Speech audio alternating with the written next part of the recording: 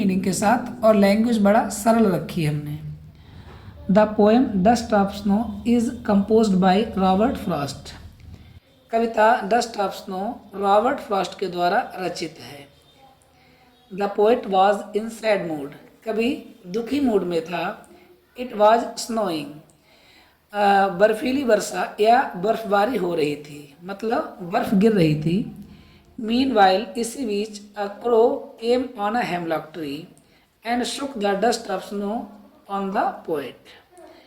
इसी बीच एक कौआ हेमलॉक ट्री पर आया, धतूरे के पेड़ पर आया और उसने शुक, हिला डाला, डस्ट ऑफ स्नो, बर्फ के कण या बर्फ की धूल, ऑन द पोएट, कवि के ऊपर, फ्रॉम द हेमलॉक ट्री, और उसने हेमलॉक ट्री से बर्फ के कणों को कवि के ऊपर हिला के डाल दिया।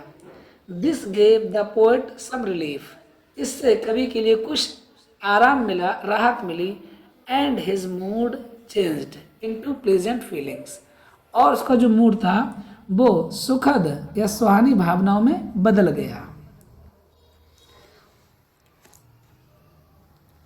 दिस शोज, ये दर्शाता है कि समटाइम्स, कभी कभी, सम पेटी और simple things can bring good change in our life.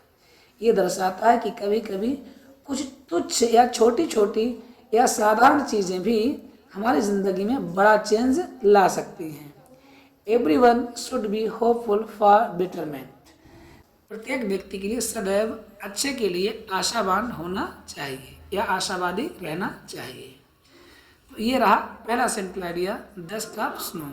I hope ये आपको समझ में आया होगा। और अब देखते हैं सेकंड वाला, फायर एंड आइस का। Fire and ice is a short poem composed by Robert Frost.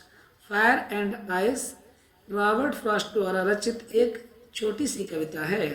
In this poem, इस कविता में the poet predicts about the end of the world.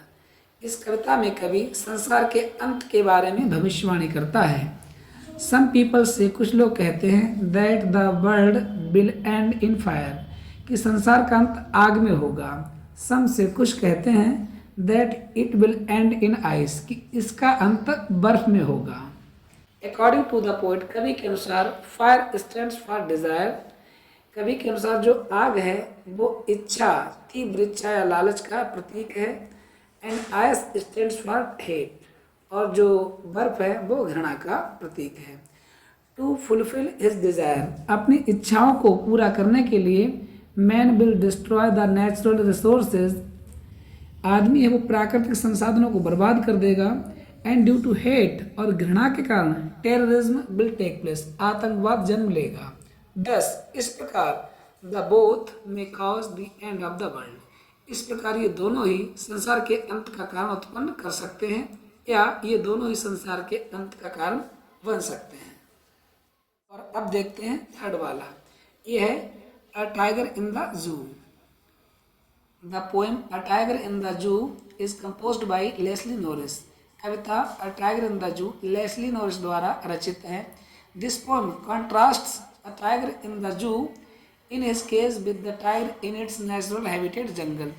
यह कविता दो टाइगर के बीच में तुलनात्मक भेद बताती है। एक वो टाइगर है जो कि पिंजड़े में चिड़ियाघर में बंद है, और एक वो टाइगर है जो अपने प्राकृतिक आवास अर्थात जंगल में है।